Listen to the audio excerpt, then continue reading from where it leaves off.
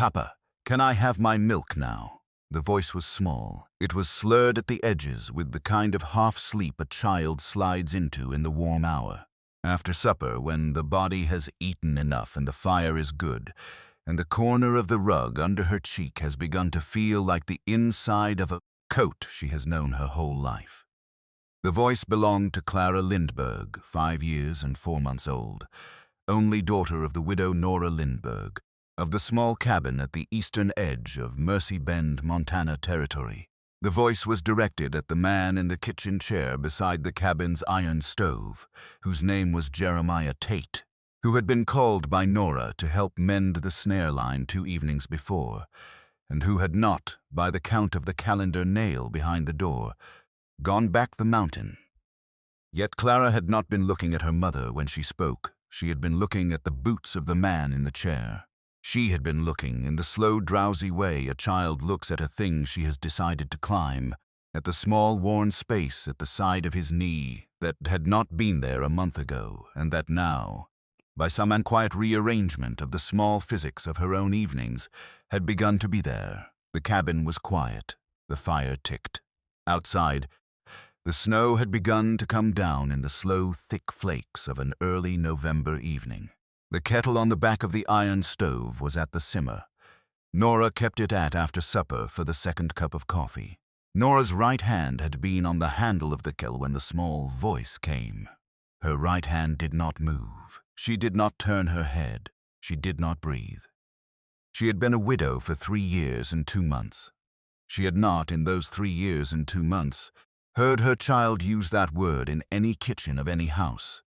She had not, in fact, heard her child use that word in any year of her life, because her child had been 1 year and 10 months old on the morning the cave-in had taken David Lindberg in the 3rd shaft of the Blue Star Silver.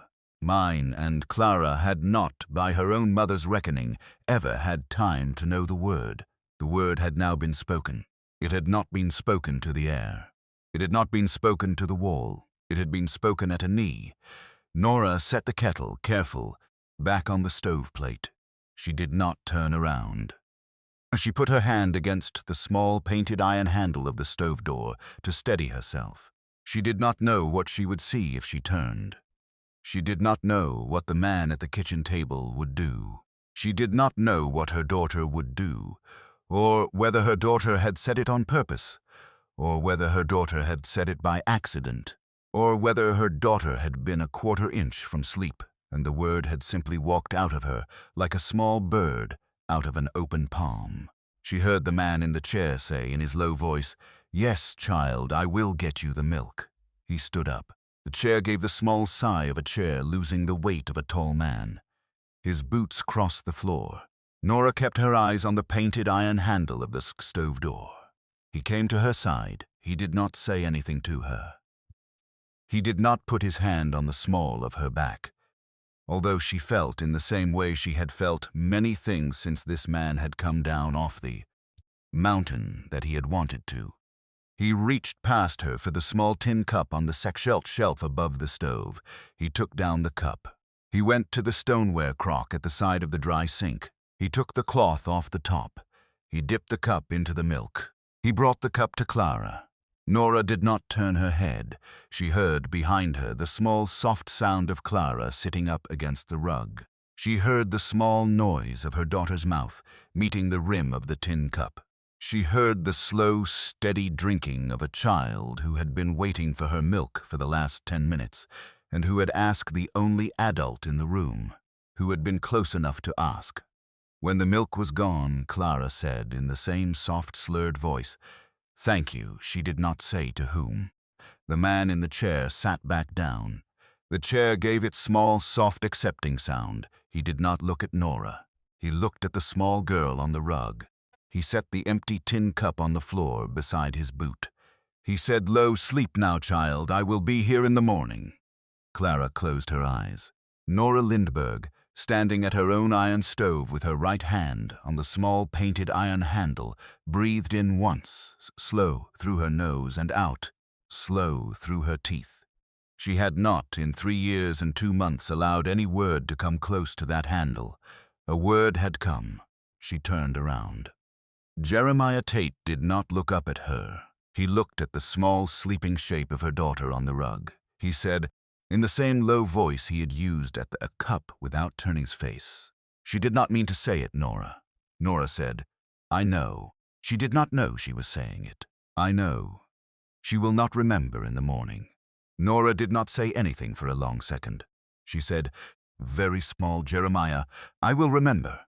He nodded once. He did not turn his face. He set his hands flat on his own knees. The fire ticked. The kettle on the back of the stove gave one small last hiss of steam. Outside, the snow came down. Inside, the small girl on the rug slept. The slow, deep sleep of a child who had said a thing she had not known she was about to say, and whose mother was now standing at her own stove, with her hand frozen on the painted iron handle of the door, trying to find a way to breathe that would not wake her. Jeremiah Tate did not stay at the kitchen table that evening. He stood up from the chair after the fire had gone down a quarter-inch in the iron. Great. He picked up the empty tin cup from the floor beside his boot. He washed the cup in the small basin at the side of the dry sink. He set the cup on the shelf above the stove where it lived. He banked the fire. He went to the door. He took his wool coat off the peg. He put it on. He took his hat off the same peg. He held it in his hand. He turned at the door. He looked at Nora, who had not moved from the stove. He said, "Nora, I am going to walk the south fence line one more time tonight before I sleep. I will sleep in the lean-to. I will be at the table for breakfast at 6. If you would rather I went back up the mountain in the morning, you will only have to say," she said. "Jeremiah?" He said yes. She said, "I would not rather." He nodded. He put his hat on. He opened the door. He stepped out into the snow. The door closed soft behind him. She did not move for a long second after the door had closed. She listened to the small sound of his boots on the porch. She listened to the small sound of the boots going down the porch step. She listened to the small sound of the boots fading into the snow toward the south fence line of her property, which ran along the edge of the small creek that gave Mercy Bend its name. When the boots were gone, she turned. She walked the 4 steps from the iron stove to the rug. She knelt. She gathered her daughter into her arms. The small body of Clara Lindberg in her arms was the small, warm shape Nora had been carrying for 5 years and 4 months. The small body did not wake. The small head tucked itself against her shoulder, the way the small head had been tucking itself against her shoulder since the night David Lindberg had been carried out of the 3rd shaft of the Blue Star silver mine in a wagon that had not, by the time Nora reached it, contained David Lindberg in any way that he had been a husband. Nora carried her daughter to the small bed at the back of the cabin. She laid her down on the blue quilt that had been Nora's own mother's blue quilt. She pulled the second wool blanket up to the small chin. She kissed the small forehead. She sat down on the small wooden chair at the side of the bed. She did not move for a long time. She thought slow about the word. She thought slow about who had given it to her child. She thought slow about who had not given it. The man in the 3rd shaft, the kind, tall man with the slow, careful hands. The man who had been her husband for 2 years, and her child's father for 1 year and 10 months. The man who had not, in the small home above the assay office in Mercy Bend in 1879, ever heard his child say his name aloud, because Clara had not yet learned to say it. She had been a widow for 3 years and 2 months. She had thought, in those 3 years and 2 months, that she had made her peace with the absence of the word. She had thought that the absence of the word was a permanent absence. The way the absence of a tooth a child loses at 6 is a permanent absence. The word had not been a word she expected to be replaced. The word had been a word she expected her child to grow up not having. A word had now come. It had not been the same word. It had been spoken by her child at a different knee. Nora Lindberg, sitting on the small wooden chair at the side of her daughter's bed, with the snow coming down outside the small cabin window, set her hands flat on her own knees. She thought a thing she had not let herself think for 3 years and 2 months. The thing she thought was, David. I am sorry. The thing she thought was, David. I do not know how to do this. She did not, of course, hear an answer. The small chair at the side of the bed did not answer. The small window over the small bed did not answer. The snow outside did not answer. But she heard, very faint, from the south fence line of the property, the slow, steady boots of Jeremiah Tate, walking the fence line in the dark. She heard the boots stop. She heard the boots start again. She heard, in the long pause between them, the kind of quiet that a man makes when he is leaning on a fence post and looking at the snow and thinking, in his own way, the same kind of slow, careful thing she was thinking on her side of the cabin wall. She did not know what he was thinking. She would not know for 2 weeks. But she knew. Sitting on the small wooden chair beside her daughter's bed at the back of her own cabin in Mercy, Bend, Montana territory in the first week of November 1881, that the small word her child had spoken at a knee in the kitchen was not a word her child had picked out of the air. The word had been a word her child had been carrying inside her small mouth for some weeks. The word had only, that evening, slipped out at the moment her child had felt safe enough to let it. Nora Lindberg set her right hand on the blue quilt over her daughter's small chest. She felt, under her palm, the slow, even breath of a child whose body was at peace. She had not at her stove been able to breathe. She was the only one in the cabin that evening who had not been at peace. She bent her head. She did not pray. She had not prayed since the morning at the third shaft. She did the next nearest thing. She set her cheek against the blue quilt over her daughter's small shoulder. She lay there for a long time, with her own ribs pressed against the side of the small bed, with her arms over her daughter's small body, until at last the slow, even breath of her child began, by the small, honest mechanism of a mother's body, to pull her own breath into the same slow shape. She fell asleep, sitting in the chair with her cheek on the quilt at 9:30. Jeremiah Tate finished walking the south fence line of the property at 10:20. He came back to the porch. He set his boots, careful, by the door. He did not come inside. He went to the lean-to at the side of the cabin where he had been sleeping for the last 12 nights. He banked the small fire in the small iron stove inside the lean-to. He laid down on the bedroll he had brought down off the mountain in his saddlebag.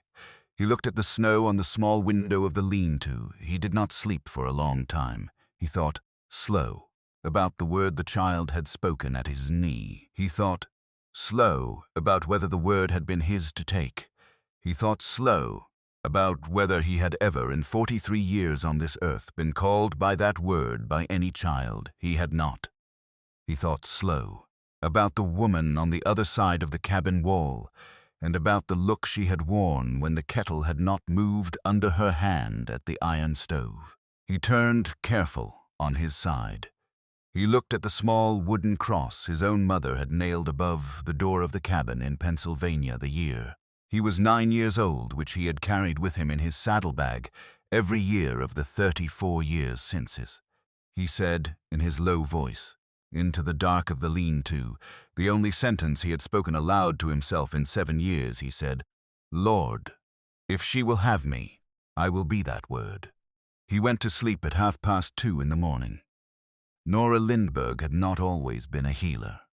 She had grown up the only daughter of a Swedish Lutheran sawmill keeper and his Norwegian wife in the Great Lake country of central Wisconsin, in a small village called Ottertail, where the snow was the first thing a child learned to see in the morning and the last thing a child learned to see at night. She had been the youngest of 5. She had been the only daughter. She had been, by the small, careful count of her 4 older brothers, the favorite of the household, because she had been the small, loud, confident person in the room from the day she was 3 years old. She had not been a small person. She had been a tall, sturdy child by 6 and a broad-shouldered young woman by 16. She had taken after her mother, who had been the only woman in Ottertail County who could lift a full milk pail in either hand and not need to switch them on the long walk back from the dairy. She had been called Big Nora, kindly, by everyone in the village from the time she was 9 years old. In the same way, her mother had been called Big Anna for the 34 years before. Her she had not minded. She had learned the herbs from her grandmother, who had been a Lutheran midwife in Norway. Before she had come over in the year, her son had been 6. Her grandmother had taught her by the kitchen window in the small house behind the sawmill. Her grandmother had said in her thick, slow English, "Child, there is no medicine you will ever buy at any store that is not in some plant in some woods. Learn the woods. Then you will not need the store. The store will need you." Nora had learned the woods. She had married David Lindberg in the small Lutheran chapel at Ottertail in the spring of 1876, at the age of 27. David had been 30. He had been the second son of a Pennsylvania storekeeper named Edmund Lindberg, who had moved his family west in 1865 and who had set his 2 sons up in different trades in different towns. The older son ran a freight depot in Cheyenne. David had become an assayer by training at the small Colorado School of Mines in Golden, and he had taken the assay office contract for the Silver District at Mercy Bend, Montana, in 1875. David had met Nora at her brother's wedding in St. Paul in the autumn of 1875. He had returned the next spring with a letter folded into the breast pocket of his Sunday coat in which he had asked, in the slow, careful hand he wrote letters in, whether she would consider becoming the wife of an assayer in a silver town that needed every kind of strong hand a town can need. She had said yes. They had moved to Mercy Bend in the summer of 1876. They had lived in the 4 rooms above the assay office, at the front of the small mining camp that had been a town by the next year. Nora had set up her practice in the second of the 4 rooms by the autumn of 1876, because the women of the camp had needed a midwife, and there had been none. She had caught 17 babies in 3 years. She had not lost a mother. She had lost 3 babies, none of them ones she could have saved. David had been a kind husband. He had been a slow, careful one. He had said, on the night Clara was born, sitting on the small chair beside the bed where Nora was nursing the small new daughter, the only line he had ever said to her about her body, that she would, in the years after his death, hold inside her like the small carved walnut button on the inside of her wedding dress. He had said, "Nora, you are the largest thing in my life. Do not be smaller, do not be small, be every inch of who you have been since I met you. Clara will need every inch of who you are. She will not need any of who you might be made into." She had laughed at him. She had wept a little. She had said, "David, you are a strange man." He had said, "I am a strange man for a strange wife." He had kissed her forehead. He had gone down to the 3rd shaft of the Blue Star Silver mine 10 months later, on the morning of his 34th birthday, because the assayer's office had been short a man for the routine quality check, and the 3rd shaft had collapsed at 2 minutes past 9 in the morning. And David Lindberg had been at the wrong drift on the wrong day. Nora had buried him in the small Lutheran cemetery on the south slope of Mercy Bend on the 2nd of August, 1879. Clara had been 1 year and 10 months old. Nora had not gone back to the 4 rooms above the assay offices after the burial. She had let the contract end. She had taken the small wagon her husband had bought her the year before. She had loaded into it the assay books and the herb satchel and the small wooden cradle David had made for Clara and the small carved walnut button on the inside of her own wedding dress, and she had ridden 2 miles east of town to the small cabin on the creek that David had been planning to buy as a summer place when Clara was old enough to ride. She had bought the cabin with the small inheritance from David's father, Edmund Lindberg. She had hung her heeler's shingle on the post outside the front door. She had begun, in the autumn of 1879, the practice she would run for the next 11 years. She had grown, in the 3 years that followed, from a size 16 to a size 18. She had not minded. The work did not care. The mothers of Mercy Bend did not care. The Chinese laundress at the far end of the South Camp did not care. The two black families who had come up from Texas after the freedmen's exodus did not care. The Crow women who came down from the small camp on the river at the north end of the valley did not care. They came to her cabin door. They called her by her first name when they came in. They paid her in flour, or in eggs, or in a small carved bone fishhook, or in the labor of their husbands fixing a fence. She paid her own taxes on the small inheritance and the practice between them. She raised her child. She had not, in those 3 years and 2 months, looked at any man in any town with the eye of a woman who looks. She had not had the willingness. She had not had the body, in her own estimation, for it. She had let the town call her the Widow Lindberg. She had not corrected them. Then, on the morning of the 12th of October, 1881, a tall man in a fur-lined coat had ridden up to her gate on a gray horse with a deep cut down the side, inside of the left hind leg that needed a hand more careful than his own to stitch, and he had taken his hat off his head and had said, "Mom, I would not have come to a stranger's door at sunrise if my horse had not been bleeding into the snow." His name had been Jeremiah Tate. He had lived for 9 years on the high south face of the mountain that gave Mercy Bend its eastern wall. He had not been in the town of Mercy Bend, by his own count, more than 3 times in those 9 years. He had not, by Nora's count, ever ridden up to her gate before. She had opened the gate. She had said, "Bring the horse to the lean-to. I have stitched horses. I have stitched men. I have not lost a stitch yet." He had brought the horse. She had stitched the horse. The stitching had taken 2 hours.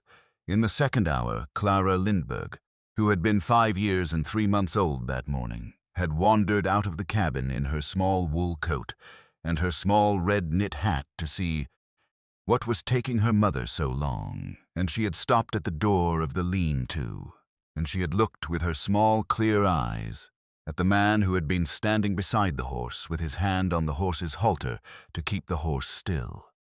She had said, "Mama, who is the bear?" Nora, who had been on her knees with the needle and the silk thread in her hands, had not looked up. She had said, "He is not a bear, sweetness. He is a man. His name is Mr. Tate. His horse has been hurt.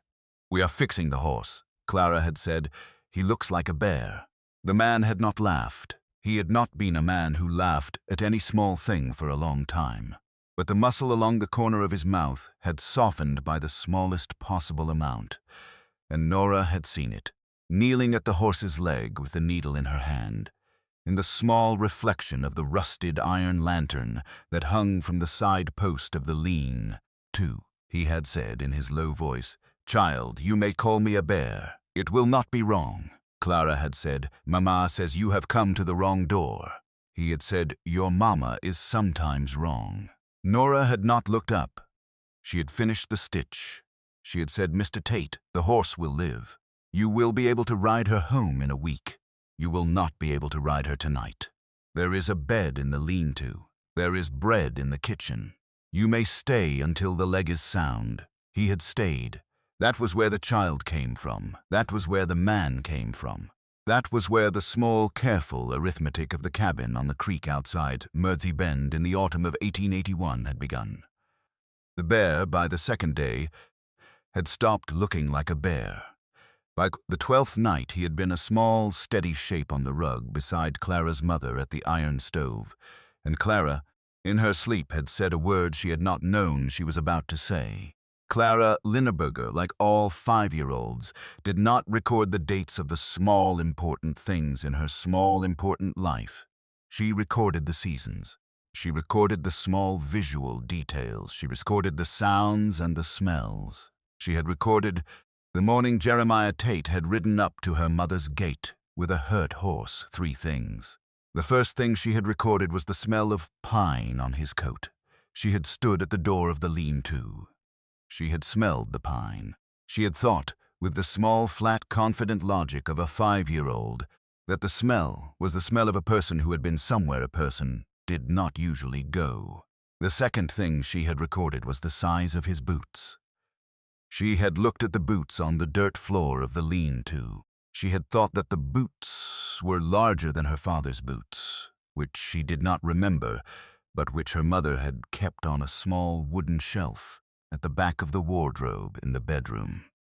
The third thing she had recorded was the sound of his voice. She had heard the voice in the lean-to. She had thought that the voice was the slow voice of a man who had not used his voice for a long time, and who had remembered, in the small moment he used it for her, what voices were for. She had liked the voice. She had not, of course, told her mother any of this. She had been 5. She had not had the words. She had only stood at the door of the lean-to in her small red knit hat for the better part of an hour, and she had watched the mother. She had not, in 3 years, ever seen at work on any patient larger than a small dog of the South Camp kneel at the leg of a horse the size of a small house, and stitch the leg shut with a needle and a thread, and her own slow, patient hand. She had thought, watching her mother, 2 things. She had thought, first, that her mother was the strongest person she had ever seen. She had thought, second, that the bear at the side of the horse, with his hand on the horse's halter to keep the horse still, was the second strongest. She had thought, third, in the strange way a child sometimes thinks a thing she does not know how to say to anyone, that the 2 strongest people she had ever seen were at the same lean-to at the same time, and that this was a thing she would like, if it could be helped, to be true again. That was the first time she had seen Jeremiah Tate. It would not be the last. On the second morning, the man had not left. The horse had been bedded down in the lean-to with the leg propped on a hay bale and a poultice of comfrey leaf and yarrow on the stitch. The man had asked her mother, at the breakfast table, what work he might do around the cabin to pay back the cost of his stay. Her mother had said, "Mr. Tate, the cost of your stay is 12 cents in herbs and a half day of my time. You will not need to repay me. I will not take payment for a stitch on a creature." He had said, "Mom, I will not stay at a stranger's table without earning my place. I will mend the south fence today." The south fence has not been right for a year. Her mother had not argued. Her mother had been a Swedish Lutheran from a sawmill village. She had recognized in the line about the south fence the kind of polite, firm refusal a Norwegian farmer makes when he has decided to do a thing and will not be talked out of it by any small kindness on the part of the host. He had mended the south fence that day. He had mended the chicken house door the next day. He had split, by the count of the small woodshed at the side of the cabin, 4 ricks of pine on the 3rd day. He had reset 2 posts at the gate on the 4th day. He had brought down from the small sawmill at the edge of town a wagon load of milled cedar planks on the 5th day, and he had begun, without asking, to build a small second room off the side of the cabin, on the south wall where the sun lay across the snow the longest in the winter. The second room had not been a thing Nora had asked for. The second room had been a thing he had decided was needed. He had said, when Nora had come out to the porch on the 6th morning with 2 cups of coffee, "Mom, you have a small bed for the child and a small bed for yourself in the same room. I have laid down 2 beds in 2 rooms for 30 years. A child needs her own room by 6.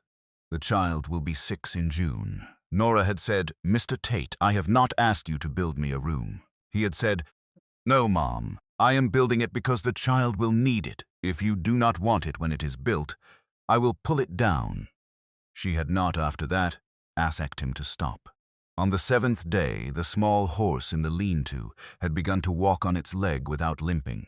The man could, by the count of any reasonable veterinarian in the territory, have ridden his horse back up the mountain that night. He had not. He had stayed an 8th day. He had stayed a 9th. He had stayed a 10th. He had stayed an 11th. On the 11th day, he had said, at the breakfast table with his eyes on the small enamel cup of coffee in his own hand, "Mom, I will go back up the mountain tomorrow morning. I have stitched my welcome by 3 days. I am sorry to have stayed past." Nora had said, "Mr. Tate," he had said, "Yes." She had said, "The second room is not finished." He had said, "Mom, the second room can be finished in 3 more days." The third day will see the small window in the south wall set. After the third day I will go. She had said 3 days will do. He had stayed 3 more days. On the second of those 3 days, in the slow blue hour after supper, with the fire ticking in the iron stove, and the kettle simmering on the back plate, and her mother at the table, working on a poultice, and her bear on the floor working on a snare with his hands large and slow in the lamplight. Clara Lindberg, who had been lying on her stomach on the rug with her chin on her wrists, had said, in the small, dreamy voice a child uses when she is half asleep and half listening to the small sounds of the people she loves, "Papa, can I have my milk now?" She had said it. She had not known she was saying it. She had said it. And her mother at the table had not moved her hand on the poultice. And her bear on the floor had set the snare down very slow. And the cabin had gone very quiet. She had been 5 years and 4 months old. She had not remembered the next morning that she had said it. She had remembered only that the milk had been good and that she had said thank you, and that her bear had said in his low voice, "Sleep now, child. I will be here in the morning." He had been there in the morning. He had been there at the breakfast table for 2 more mornings after. On the third morning, with the second room finished, and the small window in the south wall set, and the curtains her mother had sewn the night before, hung on the brass rod above the window, he had stood up from the breakfast table with his hat in his hand, and he had said, "Ma'am, I will ride up the mountain this morning. The horse is sound. The room is done. I have been here 12 nights more than the original night I came for. I would not have stayed if I had not been welcome. I will not stay if I am not still welcome." Her mother had stood up from the table. She had walked the 4 steps from her own chair to the door. She had set her hand on the small brass latch of the door. She had not opened it. She had said, "Mr. Tate." He had said, "Yes." She had said, "Jeremiah." He had said, "Nora." She had said, "You may go up the mountain this morning. You may come down on Saturday for the noon meal. You may come down every Saturday between this Saturday and the 1st of March. After the 1st of March, we will sit at this table together, the 3 of us, and we will speak about whether the room you have built is a room that will stay built." He had nodded. He had ridden up the mountain that morning. He had come down on Saturday for the noon meal. He had not, on any of the Saturdays between that one and the next, missed. The small word the child had spoken at his knee did not come out of her mouth again for 14 weeks.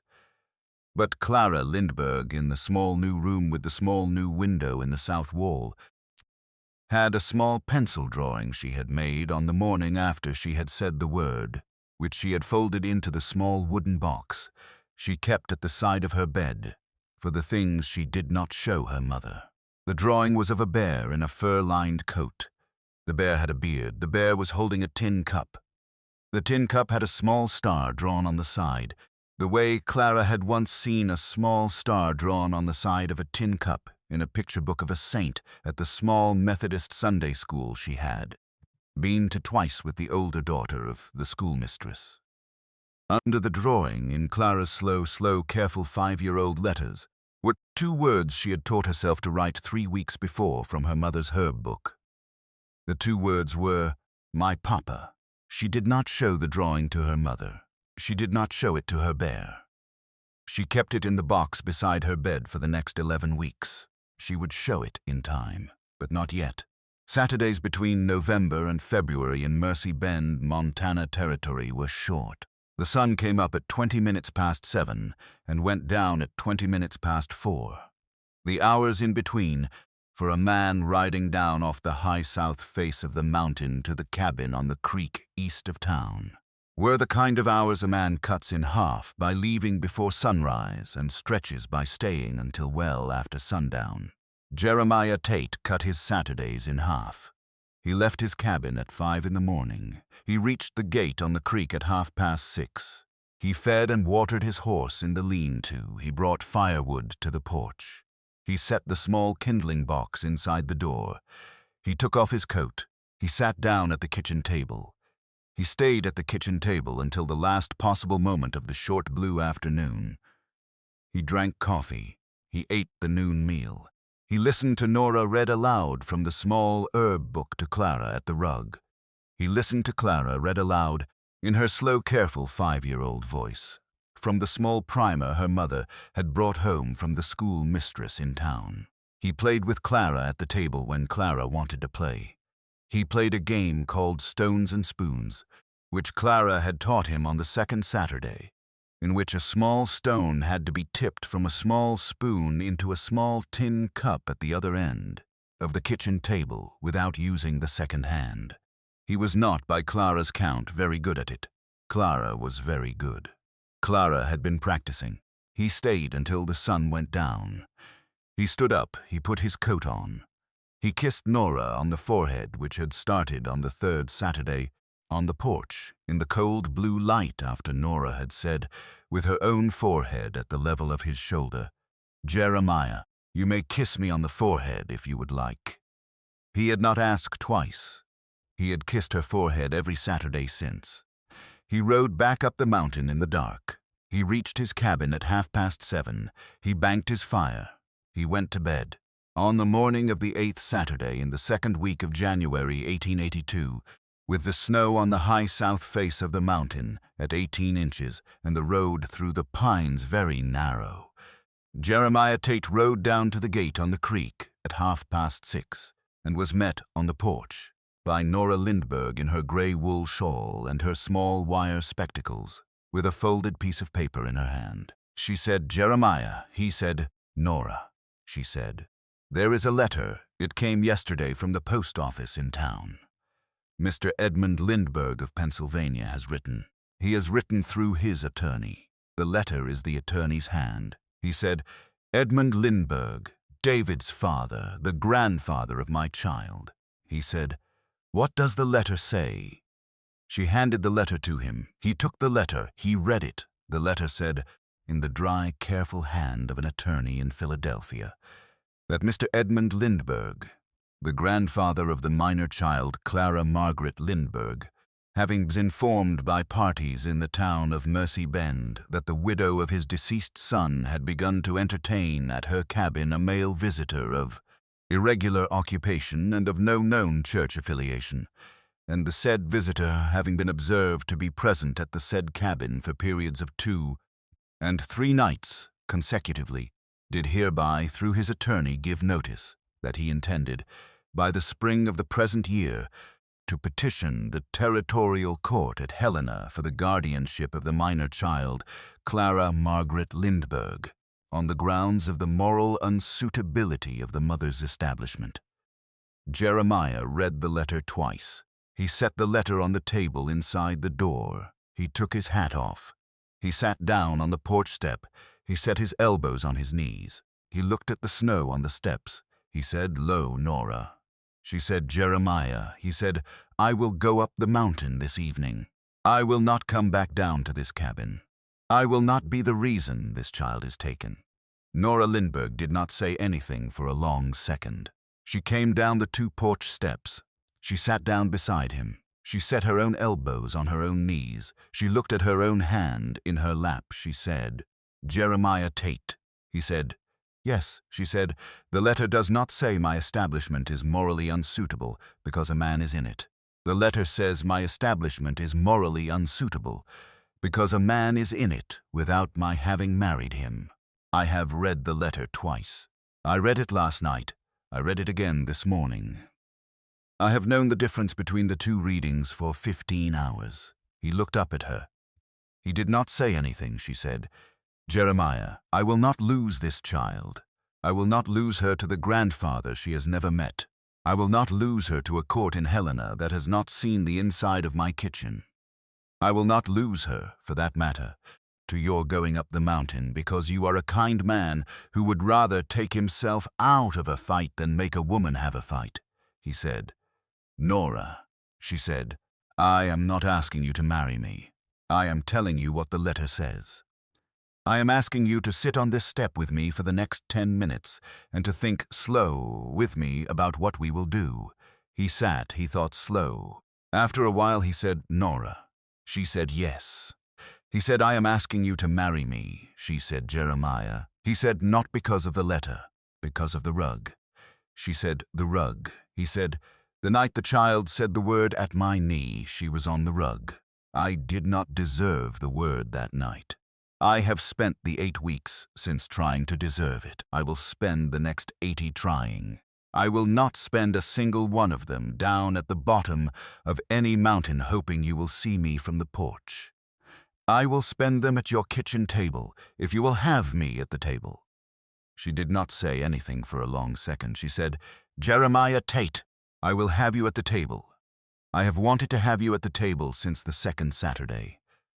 I have not, until this morning, been able to find my own way to say it. Edmund Lindberg has done me the strange favor of making me say it." He said, "Nora." She said, "Yes." He said, "I would marry you at the small Methodist church in town on the next Sunday the Reverend Pike will have us."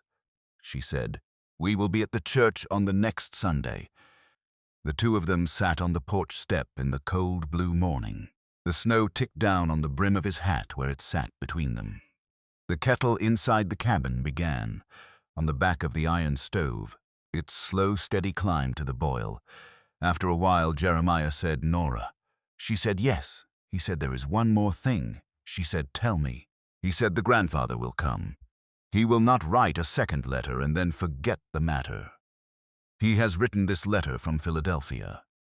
He has paid an attorney to write it. He will come west. He will come to Mercy Bend. He will come to this cabin. He will come by my count before the 1st of March. She nodded. He said, "When he comes, I would not have you face him alone. I would have you face him in this kitchen, at this table, with the man you are about to marry in the chair beside you. I would have him see the man before he sees the letter. I would have him meet the child before he meets the court." She said, "Jeremiah." He said, "Yes." She said, "He will not take this child." He said, "No, Nora, he will not." The two of them stood up from the porch step. They went inside. They closed the door behind them. The small girl, Clara Lindberg, who had been listening at the door of the small second room with the small new window in the south wall, did not say anything. She walked slow back to her small bed. She climbed up onto the blue quilt. She opened the small wooden box at the side of her bed. She took out the drawing of the bear in the fur-lined coat with the tin cup and the small star. She looked at the two slow, careful words she had written under it the morning after the night at the knee. She nodded. Once, the way a small child nods who has decided a thing. She put the drawing back in the box. She closed the lid. Edmund Lindberg arrived in Mercy Bend on the afternoon of the 17th of February, 1882, on the noon stage from Helena, in a black wool coat with a sable collar and a beaver hat, and small silver-headed walking cane he had not, by the look of his careful step on the wooden walk in front of the hotel, needed. He was 67 years old. He was a tall, thin, gray-eyed man, with the careful Pennsylvania storekeeper's mouth he had carried west in 1865, and had not, in 17 years, taken off. He had come by his own account at the hotel desk for 2 reasons. The first reason was to meet his only surviving grandchild.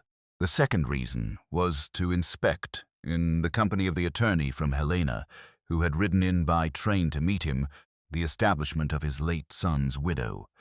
He had not, in 17 years, set foot in Mercy Bend. He did not know the town. He did not know the cabin.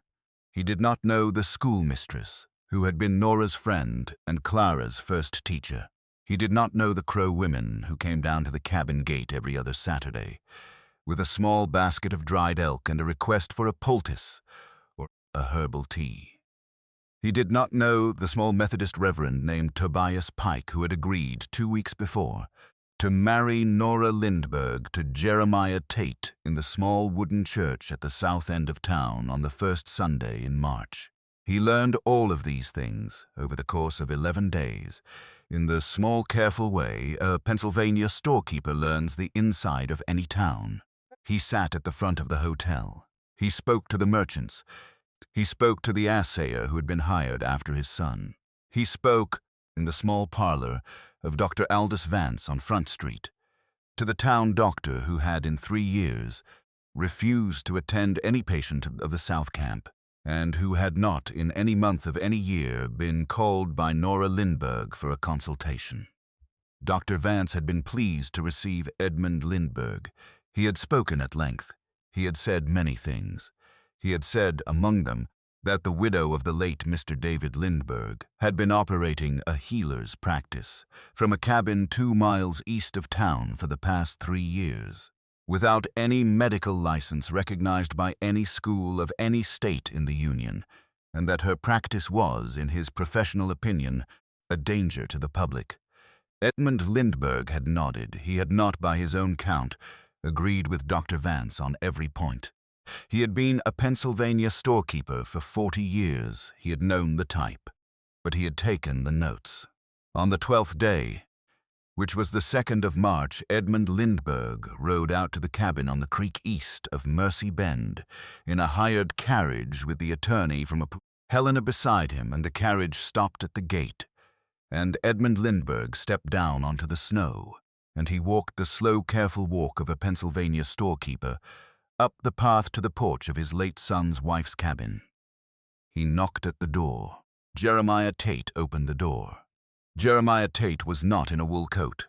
He was in a clean white linen shirt with a black cravat at the throat.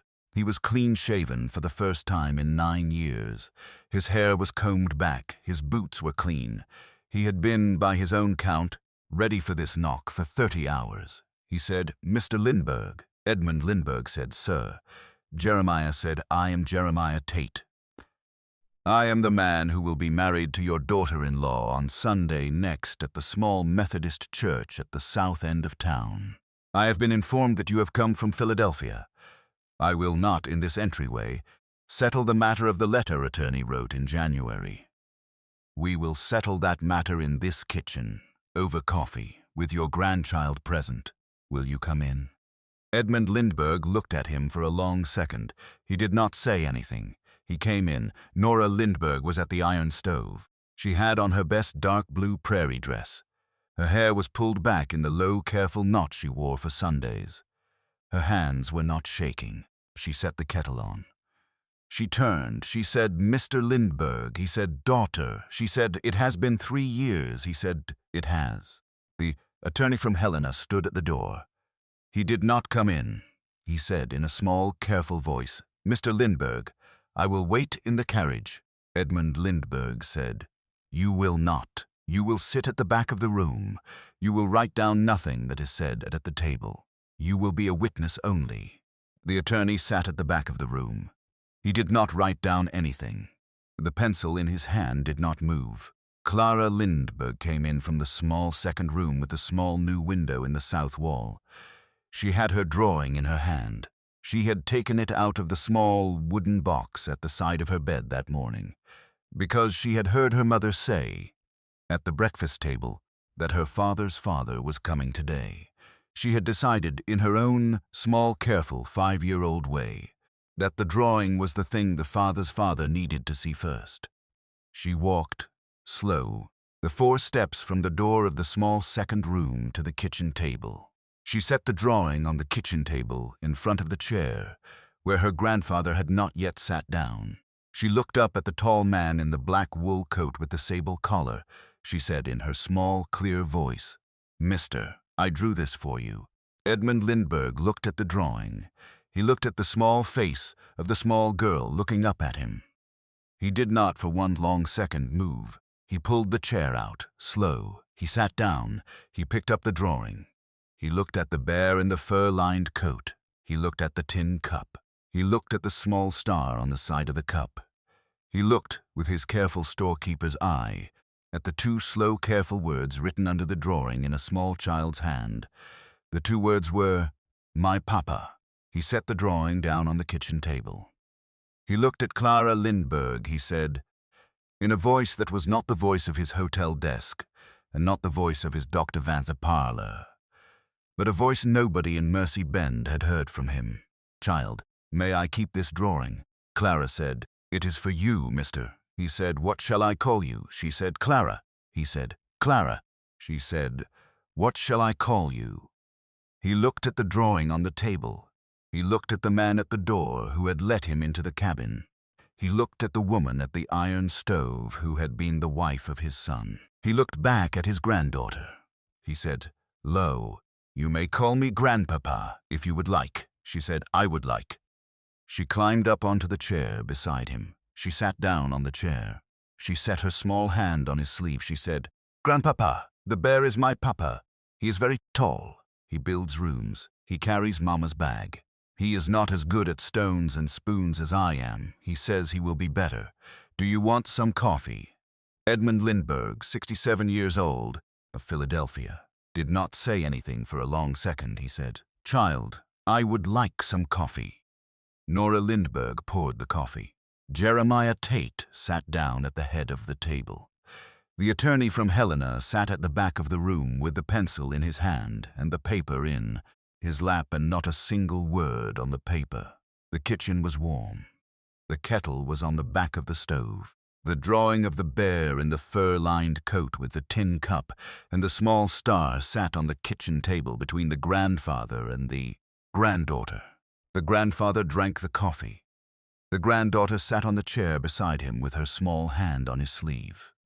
He did not, that morning, mention the letter.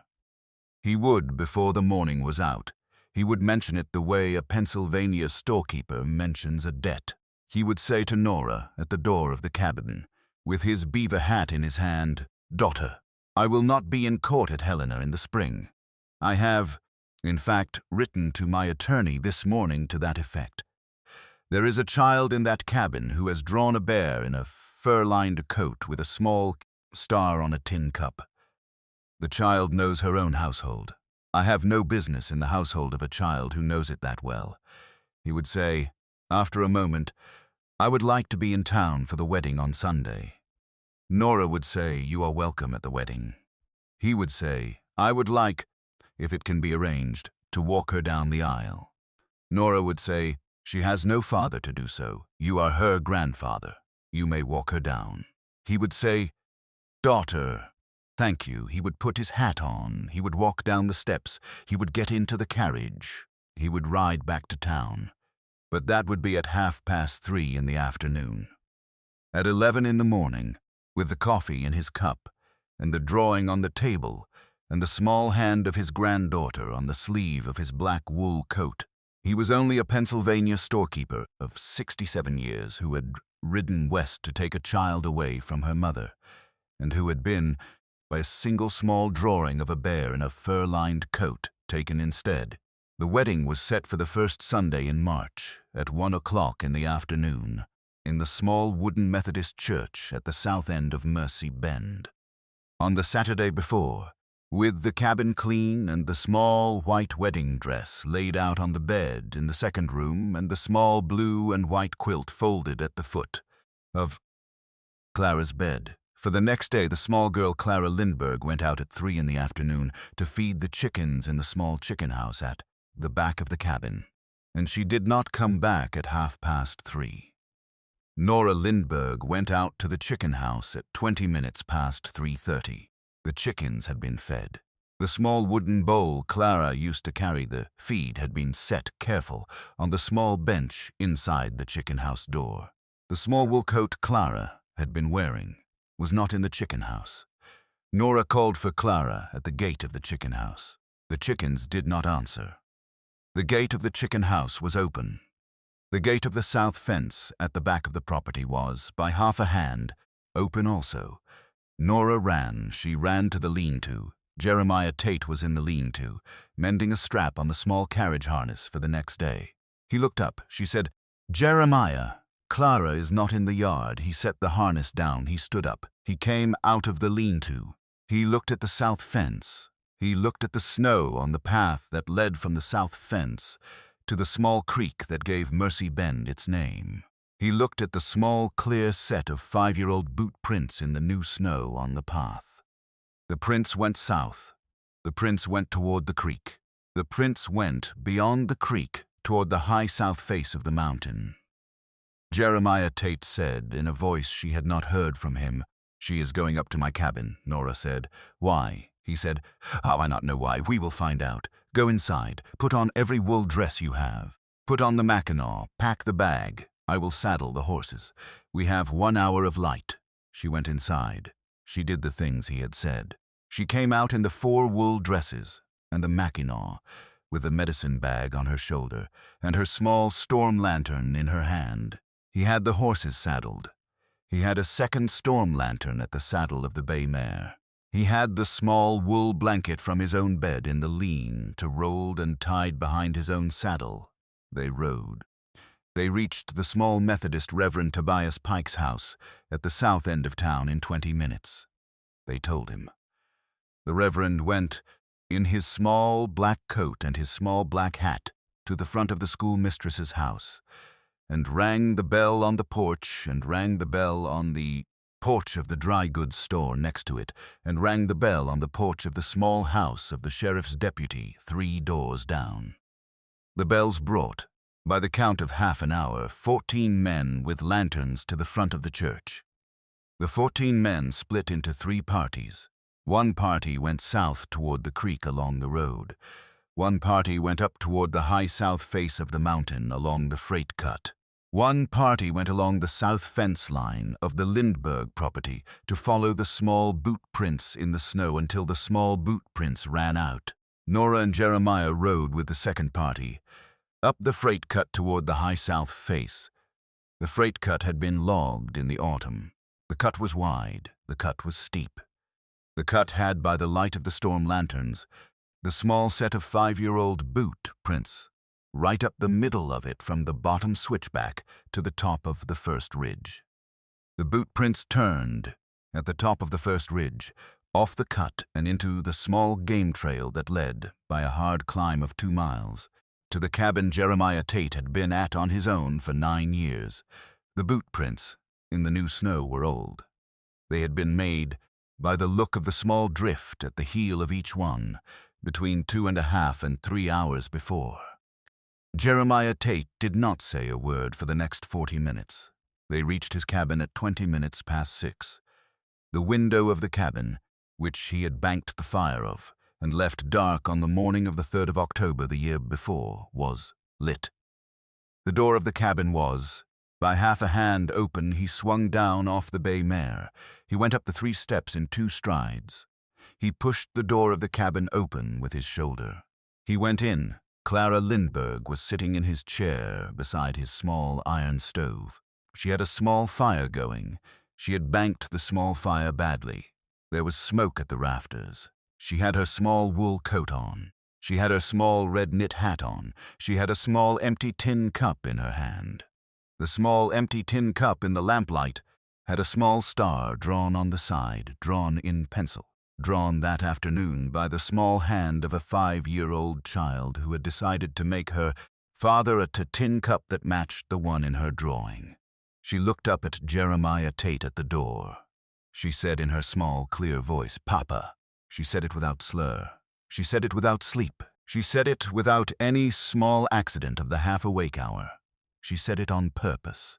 She said it because she had walked 6 miles up the high south face of the mountain to the small cabin she had never been to, and she had banked his small fire, and she had drawn the small star on his small tin cup, and she had been sitting in his chair for 40 minutes, waiting for him to come up the trail and find her in it. And she had practiced the word inside her small mouth for the last 40 minutes. And she was not going to let the practice go to waste. Jeremiah Tate did not move for 1 long second. He set his hat down on the small chair by the door. He crossed the 4 steps from the door to the small iron stove. He went down on 1 knee at the side of his own chair. He looked at her small face at the level of his own face. He did not say anything. Clara said, "Papa, I drew you a star. The star is on the cup, so you will not lose the cup." Jeremiah Tate said, in a voice he had not used in any year of his life, "I will not lose the cup, child." She said, "Papa, I came up here because I had to ask you something." He said, "Ask, child." She said, "I had to ask you if I could call you Papa tomorrow at the church, in front of everyone, on purpose. Because I said it on the rug by mistake, and I did not want it to be by mistake anymore. I wanted to ask you first. Jeremiah Tate, 43 years old, of the high south face of the mountain above Mercy Bend, Montana Territory, who had not in any year of his life been called by that word by any child, set his right hand, slow, on the small back of the small wool coat of his future daughter. He said, "Child, you may call me Papa tomorrow at the church," in front of everyone. On purpose, I would be obliged. She said, "Papa." He said, "Yes." She said, "Mama is going to be mad at me." He said, "Yes, child. She is going to be very mad at you. She is also going to be very glad that you are alive." She said, "Both." He said, "Both." She nodded. She held up the small, empty tin cup with the small star on the side. She said, "Papa, can I have my milk now?" He picked her up off the chair. He set her on his shoulder. He carried her out the door of his cabin. He set her on the bay mare in front of her mother, who had not, for the last 60 seconds, been able to say a single word in any language her tongue had ever learned. He said, low to Nora, "She is well." She walked the 6 miles. She banked my fire. She drew a star on my tin cup. She is well. Nora Lindberg, who had not cried at the burial of her husband, and had not cried at the letter from Philadelphia, and had not cried at the table when her father-in-law had taken the drawing of the bear in his hands, set her face into the small red knit hat of her daughter, and she cried for a count of 15. Full seconds in the saddle in the snow, with all the men of the second search party standing at the door of the cabin watching. She stopped. She straightened. She kissed the top of the small red knit hat. She said, "Clara Lindberg." Clara said, "Mama." Nora said, "We will speak about the 6 miles tomorrow. After the wedding, we will not speak about the 6 miles tonight. Tonight we will go home. And we will eat supper, and we will go to bed, and we will get up in the morning, and we will go to the church." "Do you understand me?" Clara said. "Yes, Mama," Nora said, and Clara. Clara said, "Yes, Mama." Nora said, "You may call him Papa tomorrow." On purpose, in front of everyone. Clara said, "I already asked him." Nora said, "I know, I heard you," from the door. Clara said, "I am sorry I did not ask you first." Nora said, "Sweetness. You did not need to ask me first. You needed to ask him. You asked the right person." The 3 of them rode back down the mountain through the snow, with the small light of the search party lanterns behind them and the small dim lights of Mercy Bend in the valley ahead of them, and the small voice of a 5-year-old child saying, very quiet against the breast of her mother on the bay mare, the small words she had practiced for 6 miles up the high south face of the mountain. She said it once. She said it twice. She said it a 3rd time. By the bottom of the freight cut she had said it 11 times. And by the gate of the cabin on the creek she had said it 27. And by the door of her own small new room, with the small new window in the south wall, she had said it 44. And she went to sleep at 9:30 that night, having said the small new word 44 times on purpose. In the same evening, the wedding at the small Methodist church at the south end of Mercy Bend on the first Sunday in March of 1882 began at 1 o'clock in the afternoon. The church was full. The schoolmistress and her sister were in the second pew on the left. Edmund Lindberg of Philadelphia was in the front pew on the right, in a clean black coat and a clean white collar, with the small drawing of a bear in a fur-lined coat folded inside his breast pocket against his heart. The attorney from Helena, who had ridden back to Helena and ridden back to Mercy Bend a 2nd time because Edmund Lindberg had requested he stand witness, was in the 2nd pew on the right. The 2 black families of the South Camp, who had been Nora's patients since 1880, were in the 3rd pew on the left. 3 Crow women, who had been Nora's friends since 1881, were standing along the back wall because they did not, by their own preference, sit in pews. Dr. Aldous Vance was not in the church.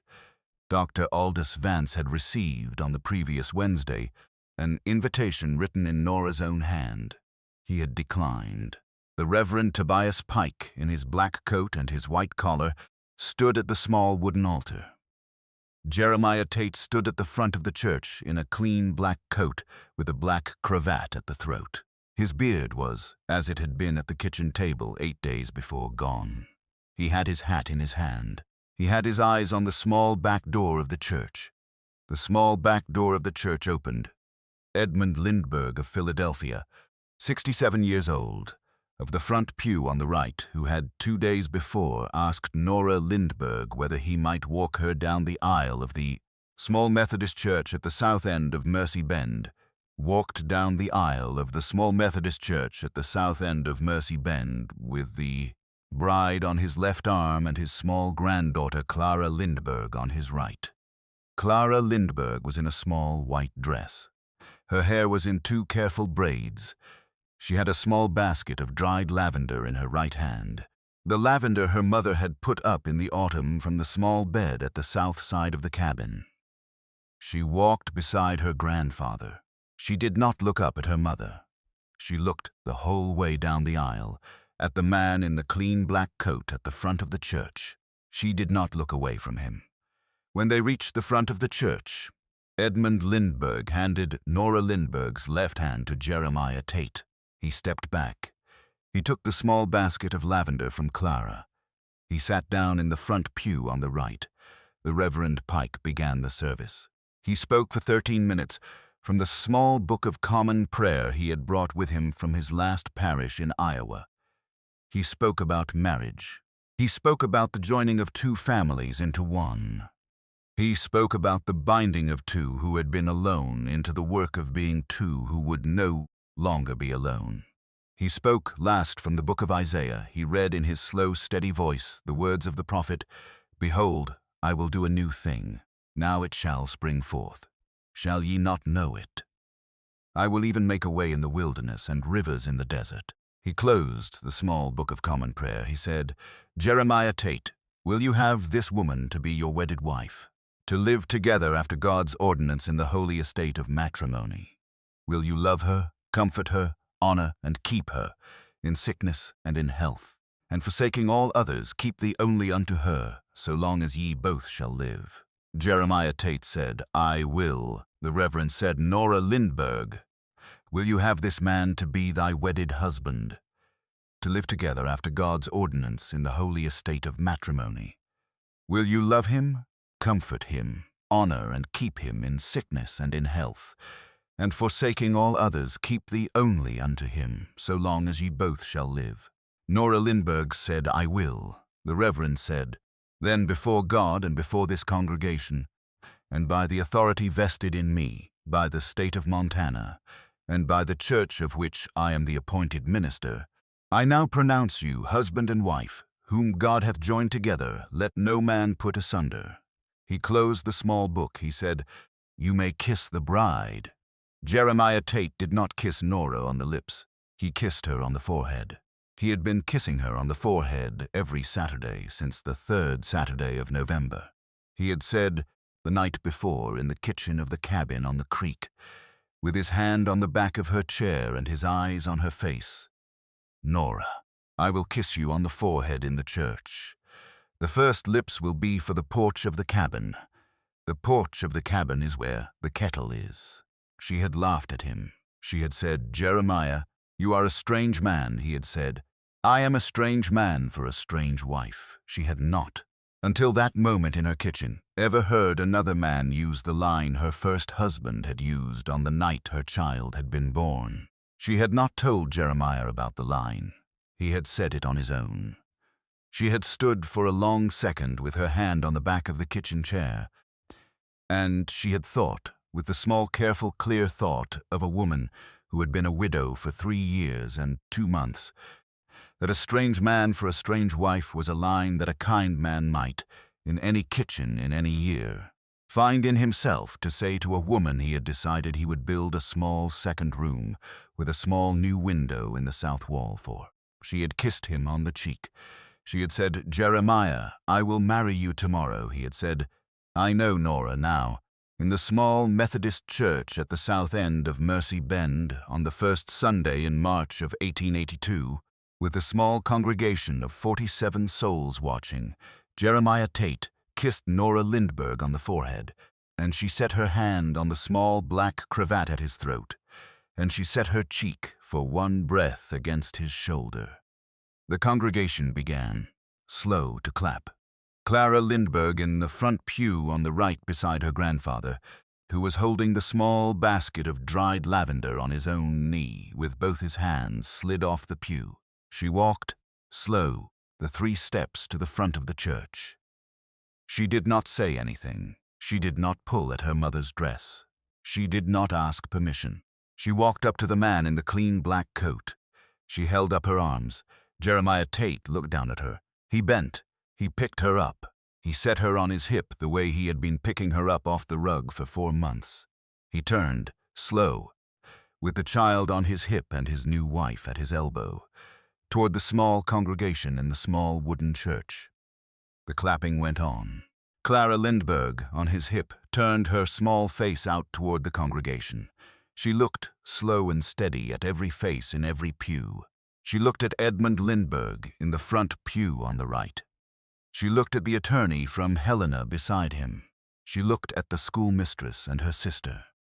She looked at the 2 black families in the 3rd pew on the left. She looked at the 3 Crow women along the back wall.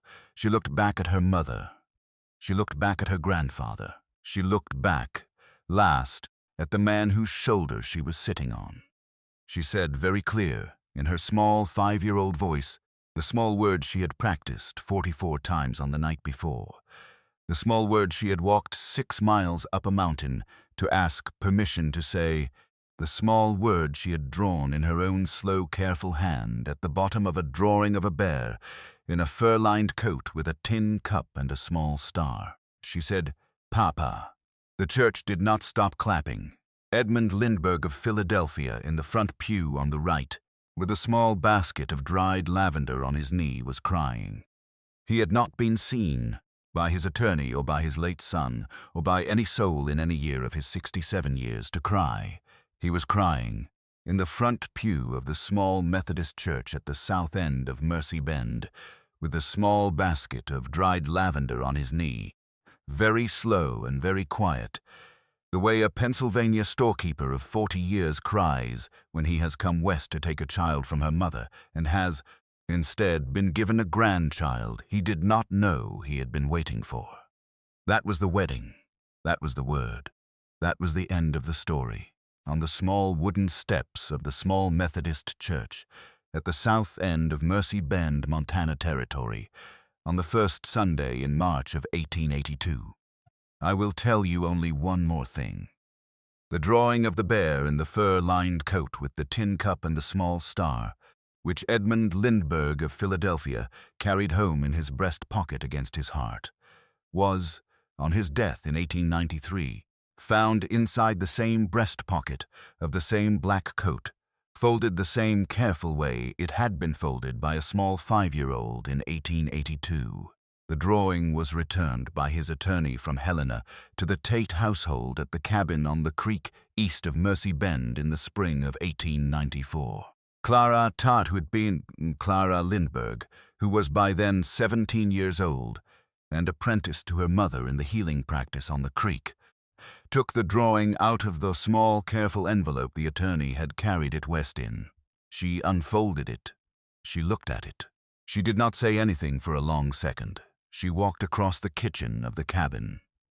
She set the drawing on the small mantel above the iron stove, in the small wooden frame her father, Jeremiah Tate, had carved for it on the morning after the wedding, 12 years before.